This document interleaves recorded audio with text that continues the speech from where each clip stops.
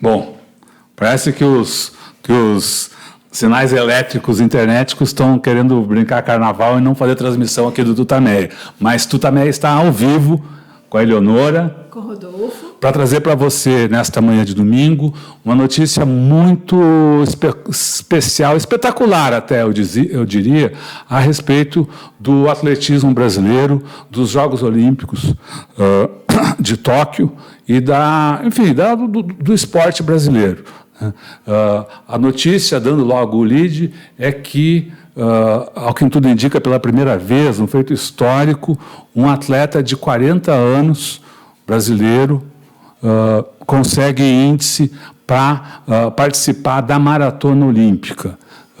Ele não só faz isso, como também, para conquistar essa marca, ele bate o seu recorde pessoal, ou seja, estabelece aos 40 anos, depois de quase 2 décadas como maratonista, a sua melhor marca na maratona.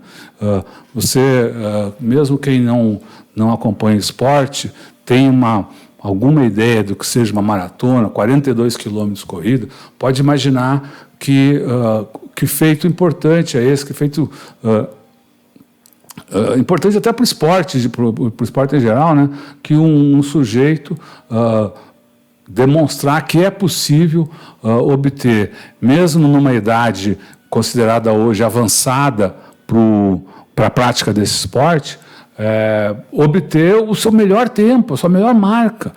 Quer dizer, tem toda uma discussão aí sobre o envelhecimento no esporte, o envelhecimento na sociedade como um todo, e coisas como essa parecem desafiar o senso comum. Não é isso? Bom, então, eu falei toda essa conversa aí, mas não falei quem é o santo, né? Quem é o cara que fez o milagre, ou quebrou a marca aí, né? Chama-se Paulo Roberto de Almeida Paula, é um maratonista já experiente, claro, tem 40 anos, mas ele já representou o Brasil muitas vezes, né? Nos Jogos Olímpicos. Ele já esteve presente nos Jogos Olímpicos de Londres, em 2012, e do Brasil, no Brasil, no Rio, 2016. Ele foi o melhor maratonista brasileiro em 2016, nos Jogos do Rio, né? Enfim, ele tem uma carreira. Vamos mostrar uma faixinha dele? Vamos botar uma foto dele aqui. Ele tem uma trajetória aí, já reconhecida no esporte brasileiro, né? Ele é mostra ele de novo aí. Tá aparecendo. Ele é um dos gêmeos. Teve uma época que a gente nem chamava nem eles de Luiz Fernando, que é o irmão, nem de Paulo Roberto. Era assim, os gêmeos chegaram. Podia ser um deles, podia ser o Luiz Fernando que chegasse. Quem está aí? É os gêmeos. O Paulo está. Quem está aí? É os gêmeos.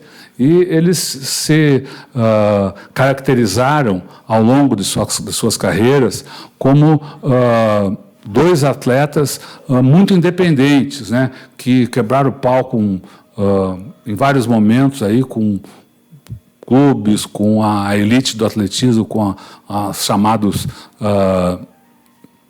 os capa preta do atletismo, não é isso? E, mesmo assim, seguiram porque conseguiram se estabelecer com base nos seus resultados. Então, vamos aos resultados aí que são tão impactantes. O Paulo Roberto de Almeida Paula, ele completou hoje a maratona de Sevilha, na Espanha, com a marca de 2 horas, 11 minutos e 8 segundos. Ele melhorou em 15 segundos. Isso é uma enormidade nesse terreno da maratona. A sua melhor marca anterior, que também já tinha sido obtida com ele já maduro. Ela foi obtida em 2012, na Itália. Era de 2 horas, 10 minutos e 23 segundos. E também foi numa maratona em que ele estava correndo para conseguir o índice olímpico. Foi com aquele índice, a sua melhor marca até então, que ele se qualificou para disputar a maratona dos Jogos Olímpicos de Londres em 2012. Então, com essa marca, ele passa a ser, como eu disse, o melhor maratonista brasileiro do ano, é a melhor marca do ano de um maratonista brasileiro neste ano, e mais do que isso, ela é a melhor marca de um brasileiro no período de obtenção do índice olímpico, que começou no ano passado e vai até o dia 2 de maio, no dia 3, estou dando aqui, no dia 3 de maio vai ser anunciada oficialmente pela Confederação Brasileira de Atletismo quem são os atletas convocados, vai ser a convocação oficial.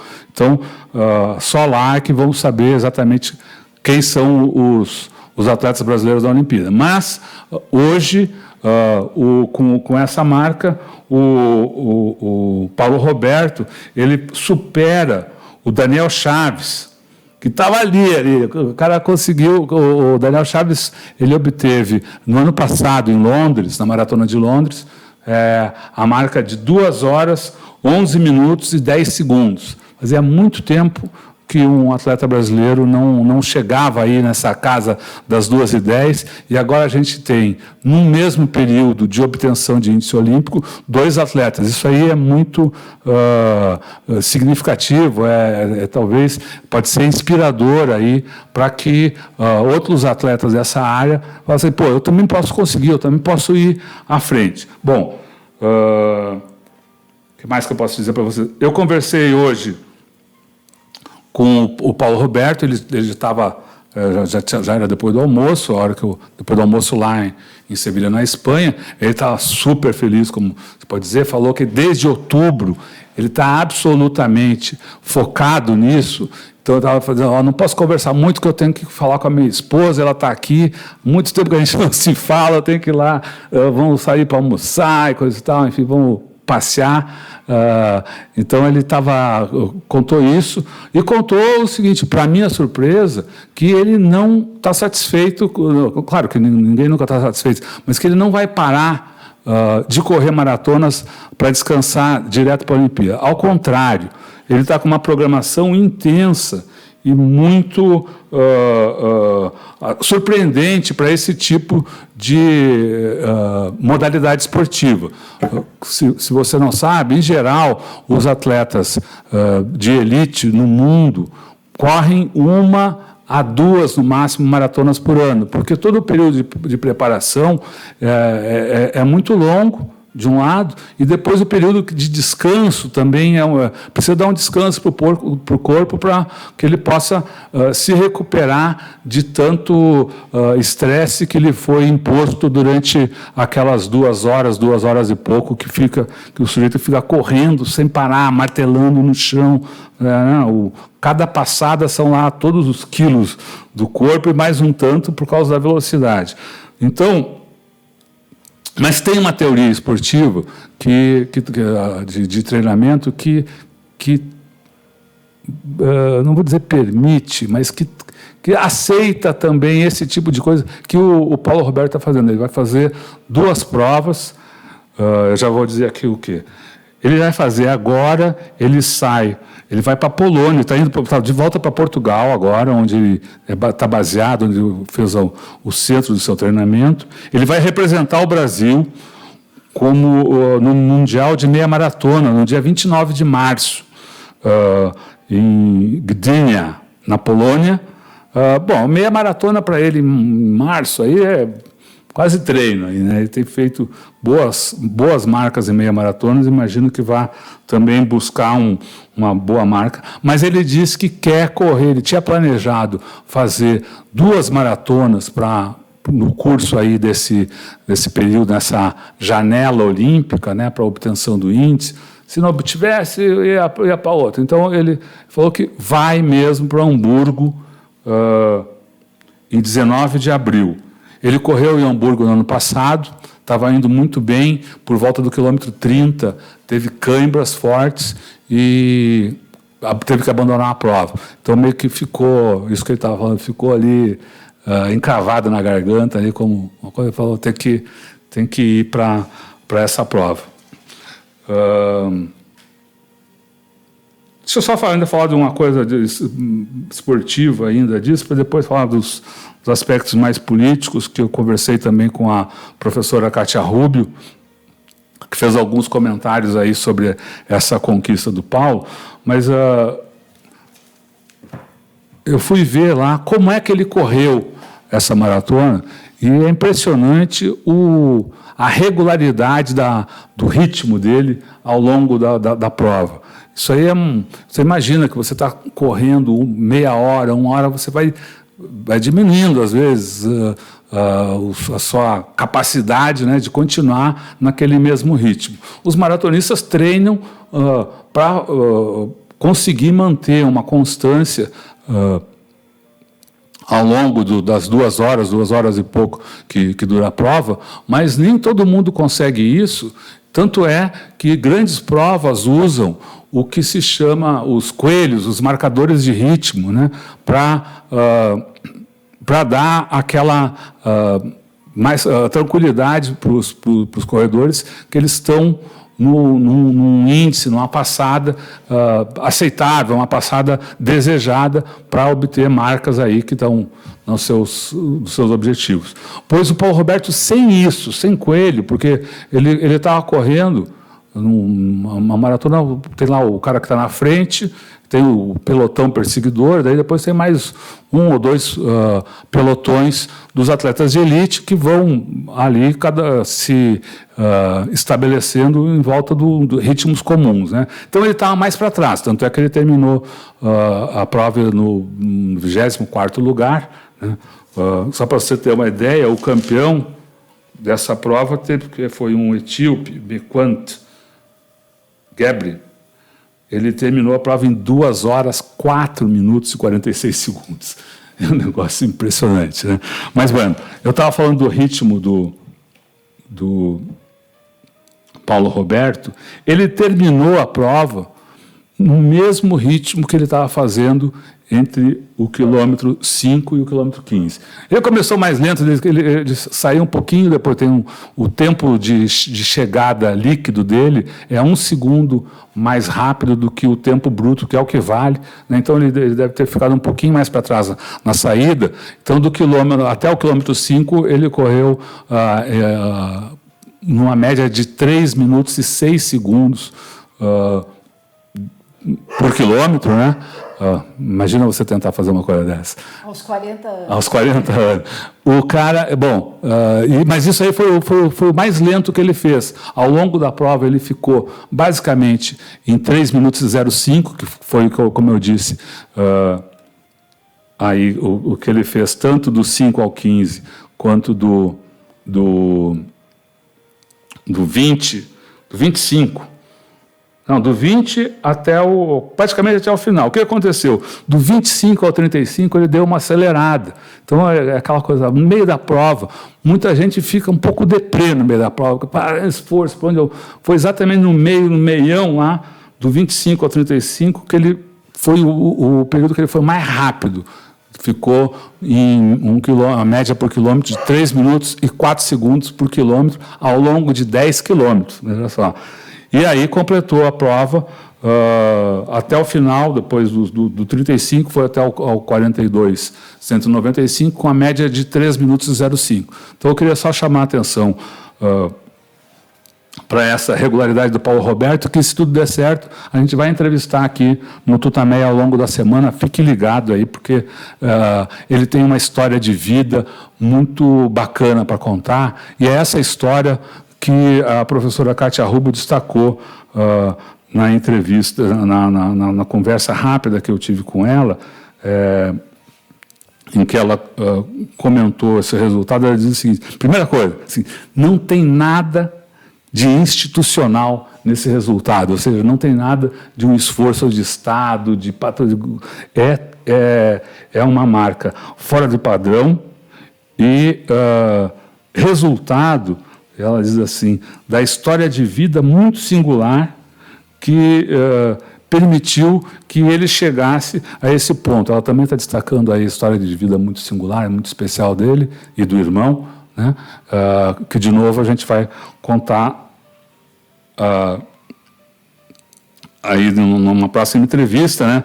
Mas dá uma... Né? Não, então, os caras, eles saem de uma pobreza brutal, né? São de que eles são daqui de São Paulo, do interior, na Wikipédia da Pacaembu, a cidade de nascimento dele, mas ele é uma outra cidade que, desculpe, eu não vou lembrar o nome agora, que é a cidade que os acolheu como quando criança, e foi numa corrida dessas aí de colégio, que estavam os dois participando, e um treinador viu os dois, o Luiz Fernando e o Paulo Roberto, os gêmeos, né?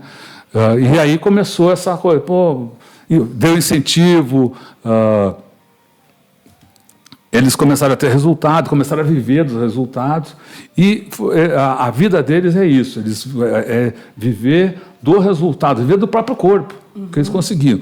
Eles tinham também esse espírito muito combativo, né? Não queriam saber de nada que ficasse na frente deles, ou que seja um entrave burocrático, seja qualquer outro tipo de coisa, na corrida mesmo. Ele fala, eu vou chutar a cabeça. Vou contar o episódio aqui. Depois, é o seguinte, a gente treinava lá no Parque do Ibirapuera. Eu treinava com o Marcão, que era também o treinador dos gêmeos na época. E teve uma época lá no Ibirapuera que houve uma invasão de coxinha na área de treinamento. Coxinha, estou dizendo o seguinte, equipes de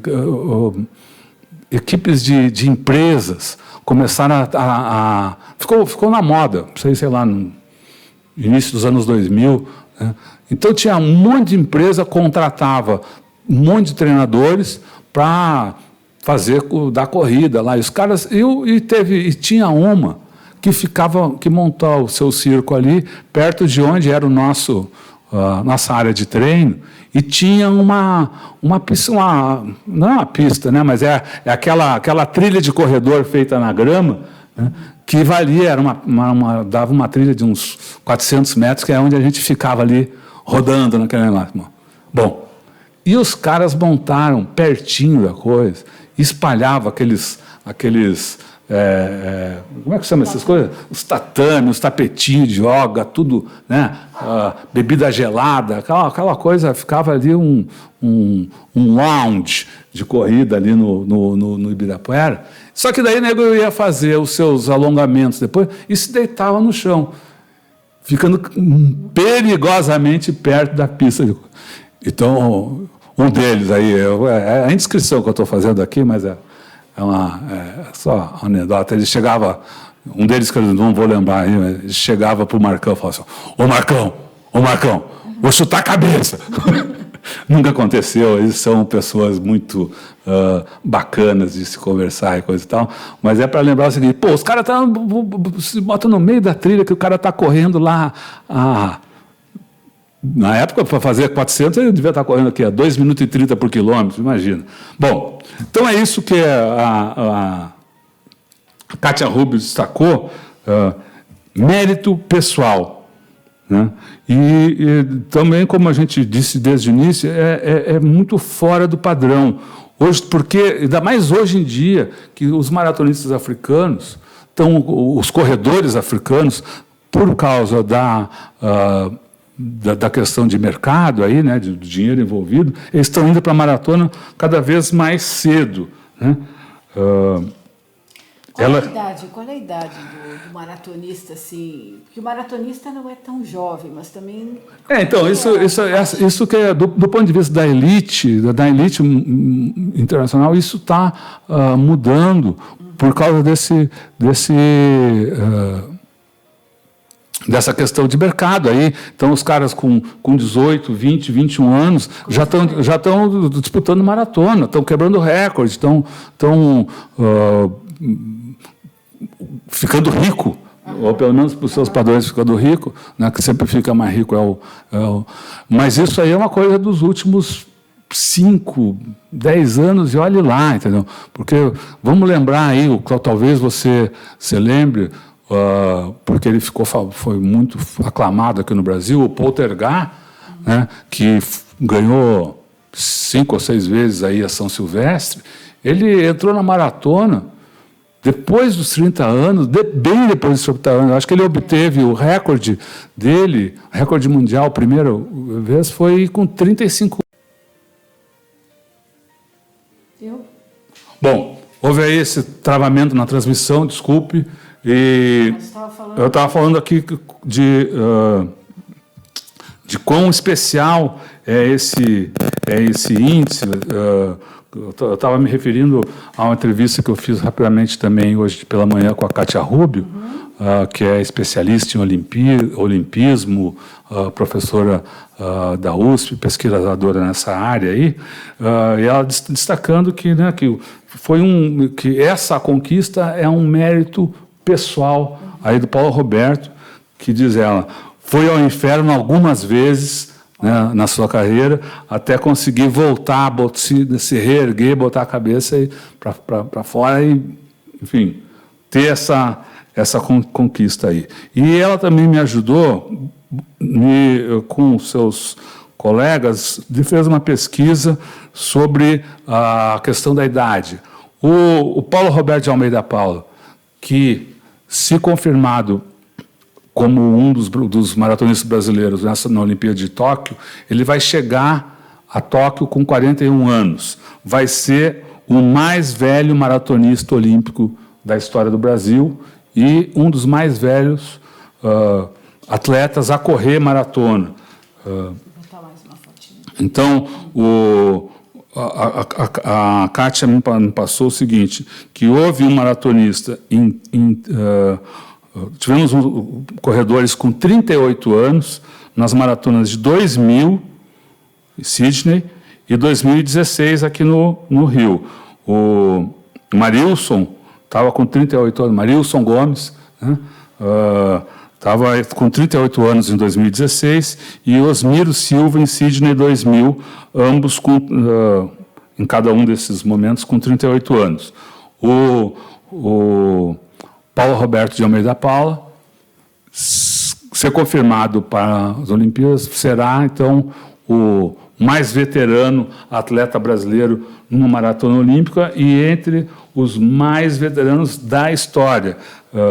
Eu não tenho uma pesquisa completa aí, para se dizer, os mais velhos, mas uma busca que eu fiz há pouco traz como destaque, por exemplo, o Meb Keflezig, corredor norte-americano, que tinha 40 anos quando correu a maratona olímpica no Rio, agora em 2016. Segundo os registros olímpicos, o mais velho maratonista a conquistar uma medalha de ouro foi o Carlos Lopes, de Portugal, que conquistou o ouro olímpico em Los Angeles, se não me engano, com 37 anos. Posso estar errado aqui, mas o dado é esse. Ele conquistou o ouro olímpico com 37 anos. Então, mais uma vez, aí, parabéns aí para o Paulo Roberto, que traz esse feito aí, importante. Tanto importante aí porque a gente, pelo menos agora, passa a ter 2 maratonistas com chances de participar dos Jogos de Tóquio, mas talvez principalmente aí por trazer esse alento, essa discussão, né, sobre a questão aí da idade no esporte, da longevidade no esporte. Isso a gente vai conversar muito com ele quando fizermos aí a entrevista, está programada para essa semana, a gente avisa assim que tiver tudo confirmado. Acho que é isso, Eleonora. Isso. Não, é isso. Muito legal essa história. Bom, legal. Então, pessoal, bom carnaval, muito obrigado aí, desculpe pelos problemas técnicos, no YouTube vai estar tudo montadinho nos conformes. E vai no nosso canal. Né? Vá no nosso canal, se inscreva e clique lá para receber as notificações. O canal é o Tutameia TV e o nosso trabalho está ancorado no nosso site Tutameia. O endereço é tutameia.jor.br. Agora sim, tchau! Tchau, pessoal!